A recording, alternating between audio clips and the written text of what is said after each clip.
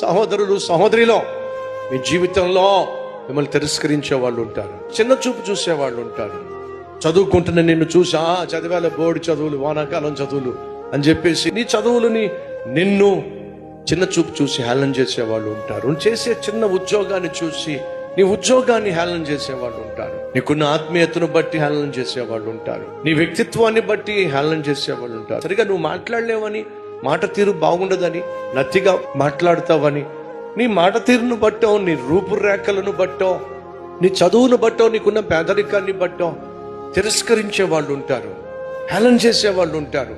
అలా వాళ్ళు నిన్ను హేళన చేస్తున్నప్పుడు, తిరస్కరిస్తున్నప్పుడు, గేలి చేస్తున్నప్పుడు, చిన్న చూపు చూస్తున్నప్పుడు, న్యూన్యతా భావంతో, ఇన్ఫీరియారిటీ కాంప్లెక్స్తో నువ్వు మరింతగా కృంగిపోయి నిరాశ నిస్పృహకు లోనైపోయి లేనిపోని రోగాలు కొని చేసుకొని డిప్రెషన్లోకి వెళ్ళిపోయి చచ్చిపోవచ్చు.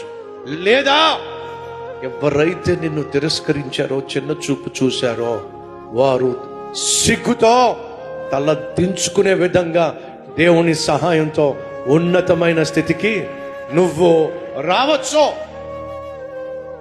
అది దేవుడు కోరుకుంటున్నాడు. తమ్ముడు వింటున్నావా? చెల్లి వింటున్నావా?